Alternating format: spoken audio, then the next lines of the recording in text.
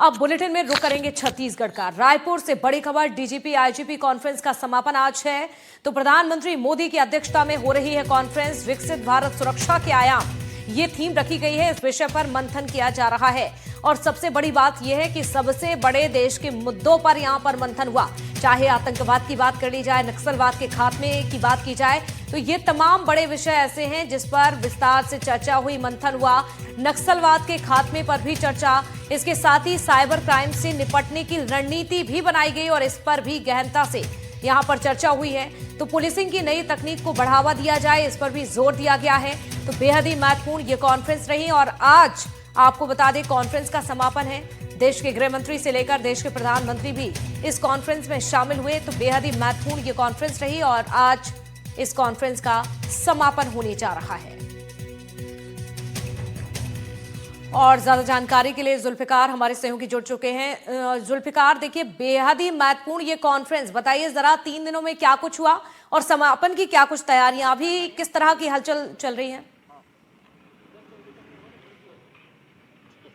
अब से कुछ देर बाद 3 दिनों तक चली डीजीपी कॉन्फ्रेंस की समापन हो जाएगा और जो सूचना मिल रही है उसके अनुसार आईआईएम में से प्रधानमंत्री नरेंद्र मोदी नया रायपुर के M1 पहुंचेंगे, जहां पर उनको जो स्कूल के बच्चे हैं उनसे मुलाकात होनी है। अलग अलग स्कूल के ये कहा जा रहा है कि 22 बच्चों को सिलेक्ट किया गया था जिनसे उनको इंटरेक्ट करना है, क्योंकि अगर देखें तो प्रधानमंत्री नरेंद्र मोदी अक्सर जो है ना बच्चों से मुलाकात करते रहे और अब जो परीक्षा का समय आएगा मतलब फरवरी और मार्च में, लेकिन उसके पहले भी छत्तीसगढ़ के जो बच्चे हैं तो उसमें से कुछ केंद्रीय विद्यालय के हैं, कुछ सीजी बोर्ड के बच्चे हैं, उन बच्चों से वो इंटरेक्ट करेंगे और उनके पढ़ाई के बारे में और उनके से बातचीत करेंगे। तो ये करीब 20 मिनट का सेशन होगा। लेकिन अगर बात की जाए इन 3 दिनों तक चलने वाली डीजीपी कॉन्फ्रेंस की, तो इंटरनल सिक्योरिटी विषय पर 3 दिनों तक गहन चर्चा हुई है और इस चर्चा में देश की जो आंतरिक सुरक्षा है उसमें अगर देखें नक्सलवाद है, आतंकवाद है और जो नॉर्थ ईस्ट का आतंकवाद उग्रवाद है,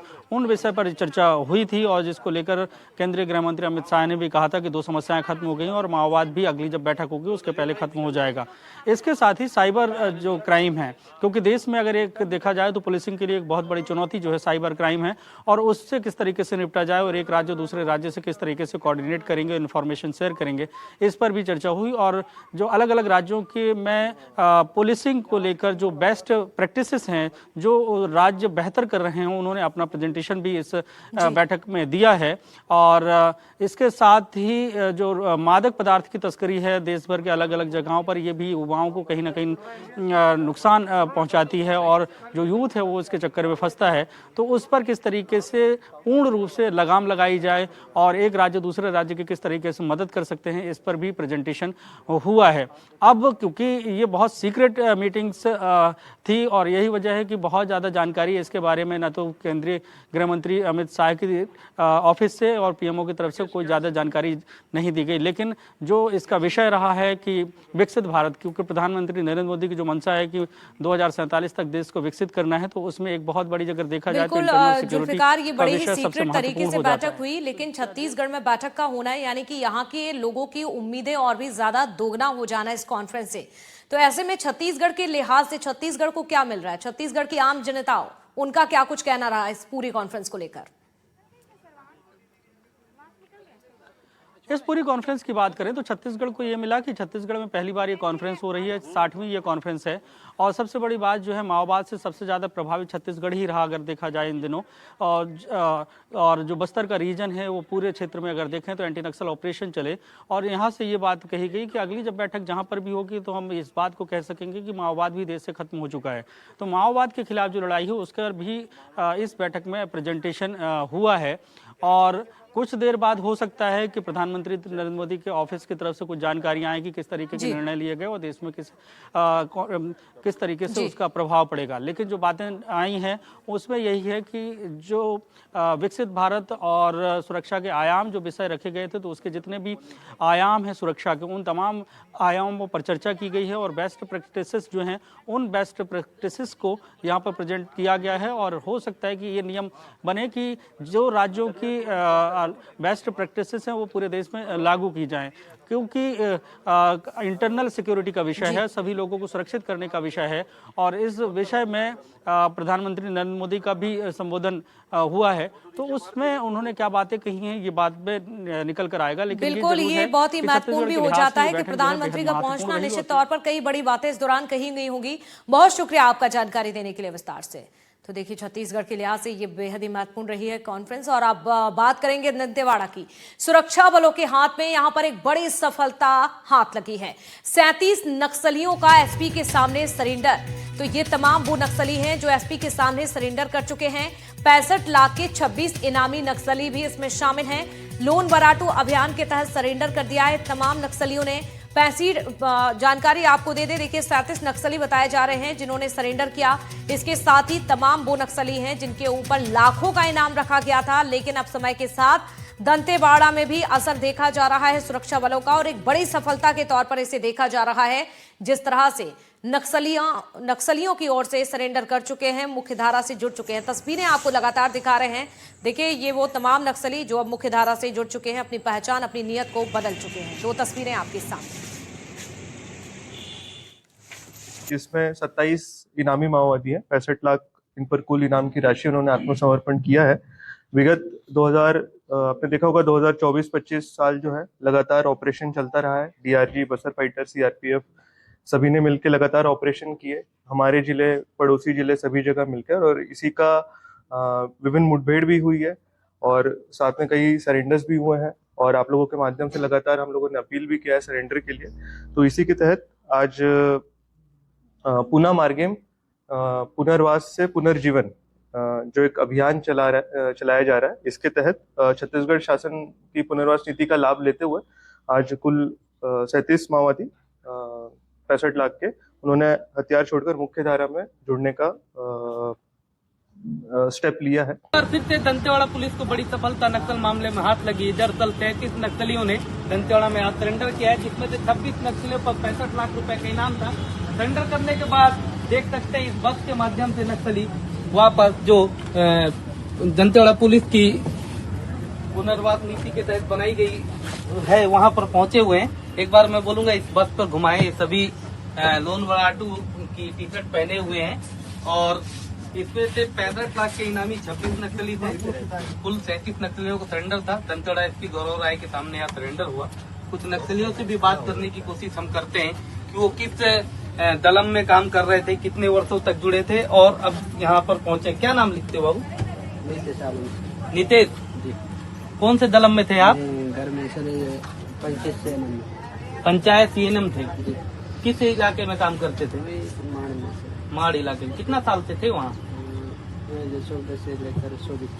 2014 से 24 तक। ये आंख में आपके चोट लगा है क्या? कोई भालू काट दिया था तब लग गया था?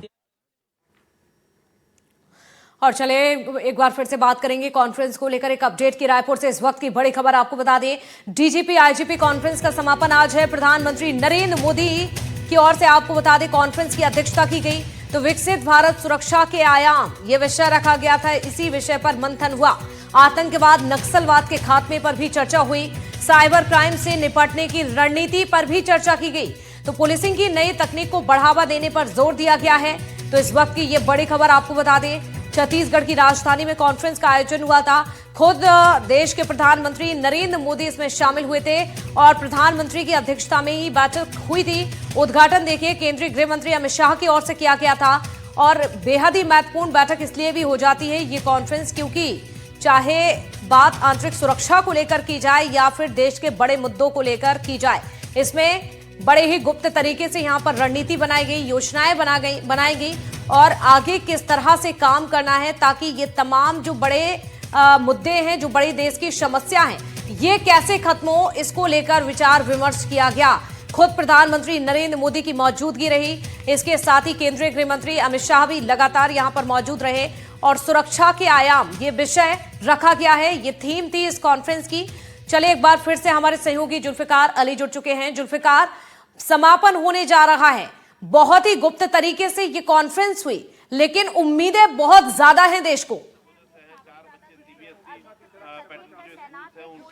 बिल्कुल, जो डीजीपी कॉन्फ्रेंस 3 दिनों तक चली, तो इसे कह सकते हैं कि वो समापन लगभग हो गया है, क्योंकि प्रधानमंत्री नरेंद्र मोदी IIM से निकल चुके हैं। हालांकि अभी वहां पर केंद्रीय गृह मंत्री अमित शाह मौजूद हैं और M1 जो अस्थायी PMO बनाया गया था, जिस विधानसभा अध्यक्ष डॉक्टर रमन सिंह के लिए अलॉट किया गया था, उस जगह पे प्रधानमंत्री नरेंद्र मोदी 2 दिन तक रुके, मतलब 2 रातें रुके। और आज जो है वहाँ पर 22 बच्चे जो हैं अलग अलग जगहों के स्कूलों के जो हैं, जिसमें सेंट्रल स्कूल के बच्चे हैं और उसके साथ साथ छत्तीसगढ़ CG बोर्ड के बच्चे हैं, उनसे वो इंटरेक्ट करने के लिए पहुंच रहे हैं। मेरे पीछे की तस्वीरें हम दिखाते हैं, क्योंकि ये देखिए पीछे की हलचलें जो है वो शुरू हो चुकी है और इसी रास्ते से प्रधानमंत्री नरेंद्र मोदी निकलेंगे। और देखिए कि जो सुरक्षा में लगे जवान हैं वो अपना वायरलेस सेट लेकर जो निर्देश मिल रहे हैं लगातार, उन निर्देशों का इंतजार कर रहे हैं, क्योंकि मुश्किल से यहाँ से ये कहा जा रहा है कि जो IIM है और M1 की जो बीच की दूरी है वो मुश्किल से 7 से 8 मिनट की दूरी है। और अभी करीब 5-6 मिनट पहले मोदी जी वहाँ से निकल चुके हैं और अब वो सीधे M1 के लिए रवाना होंगे। तो यहाँ से हम अब कुछ देर में ये तस्वीरें देख पाएंगे कि प्रधानमंत्री नरेंद्र मोदी यहाँ M1 के लिए जाते हुए नजर आएंगे। तो आज अगर दिन भर की बात करें तो दिन भर भी जो इंटरनल सिक्योरिटी का जो विषय है उस विषय पर दिन भर चर्चा हुई। अलग अलग राज्यों के जो DGP यहाँ पर मौजूद थे और सेंट्रल एजेंसियों के जो आला अधिकारी थे वो इस बैठक में मौजूद थे। तो उस बैठक में देश के आंतरिक सुरक्षा के विषय पर चर्चा हुई है और तस्वीरें प्रवीण से कहूँगा कि दिखाने की कोशिश करें। प्रवीण थोड़ा सा आगे आके दिखा सकते हैं कि यहाँ पर जो प्रधानमंत्री नरेंद्र मोदी का जो काफिला है वो यहाँ पर पहुँचने वाला है। ये देखिए गाड़ी जो है नज़र आ रही है और वो पहली जो गाड़ी है वो उसी काफिले की है। इस तरीके के संकेत यहाँ पर मिल रहे हैं, क्योंकि ये देखिए पुलिस बल को दिखा दीजिए, पुलिस के जो जवान हैं वो यहाँ से इंस्ट्रक्शन देते हुए नज़र आ रहे हैं। और ये अब कह लें कि प्रधानमंत्री नरेंद्र मोदी का आखिरी जो पड़ाव है वो M1 का है और M1 में प्रधानमंत्री नरेंद्र मोदी 22 बच्चों से मुलाकात करेंगे और उनसे जो बातें निकल कर आई कि चर्चा जो है परीक्षा को लेकर होगी, क्योंकि इसके पहले भी जहाँ जहाँ पे प्रधानमंत्री नरेंद्र मोदी को समय मिला उन्होंने छात्रों से इंटरेक्ट किया और छात्रों से उन्होंने बातचीत की, उनकी पढ़ाई किस तरीके की चल रही है। तो अब जब छत्तीसगढ़ में उनके ये कहें कि 2 रातें और 2 दिन का जो यहाँ पर दौरा रहा है, क्योंकि प्रधानमंत्री नरेंद्र मोदी जब यहाँ पर पहुँचे और उसके बाद उन्होंने इस DG कॉन्फ्रेंस में शिरकत की और अब जो है M1 कुछ देर में पहुँचेंगे। तो जब भी जहाँ जाते हैं तो अगर जब भी मौका मिलता है प्रधानमंत्री नरेंद्र मोदी को तो वो बच्चों से इंटरेक्ट जरूर होते हैं, स्कूली बच्चों से इंटरेक्ट होते हैं, क्योंकि वो जानते हैं कि देश के भविष्य जो हैं वो यही बच्चे हैं। और ये बच्चे जब प्रधानमंत्री नरेंद्र मोदी से मिल रहे होंगे तो निश्चित तौर से पूरे प्रदेश के जो बच्चे हों उनके लिए एक संदेश है, एक मैसेज है कि अगर वो बेहतर पढ़ाई करते हैं, अच्छी पढ़ाई करते हैं तो उन बच्चों से इंटरेक्शन हो सकता है।